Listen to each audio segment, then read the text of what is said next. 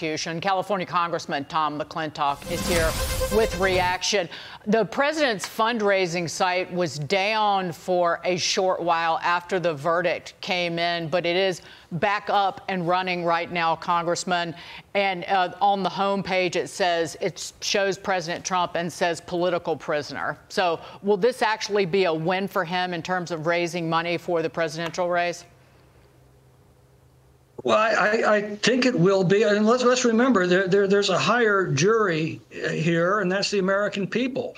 And they can still intervene. The strength of our democracy is the assumption that, particularly in times of crisis, the common sense, the innate fairness, and the practical good judgment of the American people will carry the day. The brazenness of the abuses by this administration and its confederates in New York is obvious to anybody who cares to look. And I think there's an awareness building that democracy is indeed at stake in this election. For what democracy can long endure when an incumbent president and his partisans can put his opponent in jail and a former president, no less, under the most absurd of pretexts. Yes, I think the American people are awakening to this very dark and dangerous chapter that we've just entered. But Tom, listen, I would agree with you. Democracy is at stake, but this is not the first threat to democracy. We can go back to Hillary Clinton's dossier, where it started an investigation that was fake and false and bogus of U.S. intel on Donald Trump that pushed this Russia collusion narrative. We had 2 impeachments of Donald Trump, one over a phone call to Zelensky. So this is not the first time that we've seen attacks on Donald. But respond to that. And also, is there a role for Congress, Tom? First of all, it goes back farther than that. I think it started with the powers of the IRS being turned against Tea Party activists during the Obama administration. And you're right. We then saw the rule of law, the most powerful of agencies of our government, the Justice Department, the intelligence agencies, of mass to create and fan the flames of this Russian collusion hoax that convulsed our country for years, that interfered with the 2016 election, and then it was used to undermine the legitimately elected president. This is a natural progression, and it has reached a point now where I do believe it is a threat to our fundamental institutions, to our American tradition of fair and free elections.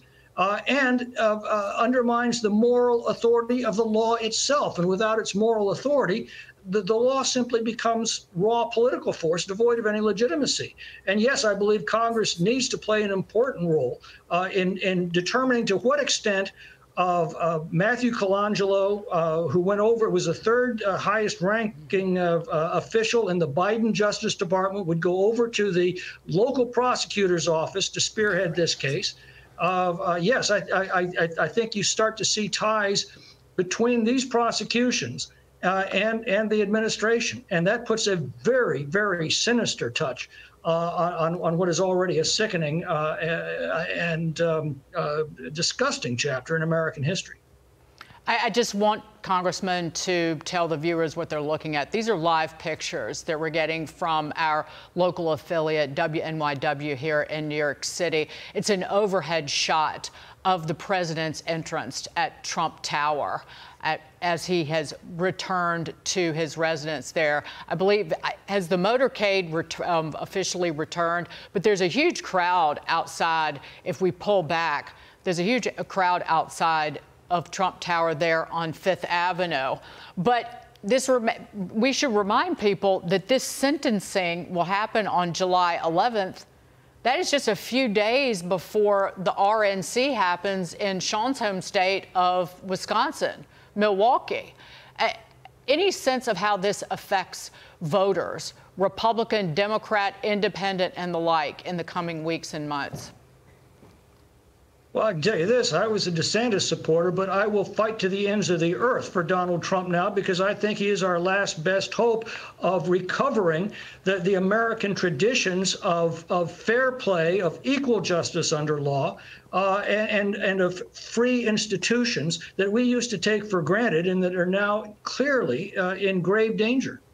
So I would just make a pitch that those institutions that are partisan or are threats to democracy that fall under the purview of the Congress, they shouldn't be funded, or their funding should be severely cut. I know the Congress has hard times doing that. Congressman, you are one of the good ones. Tom McClintock, thank you for being with us. We appreciate it.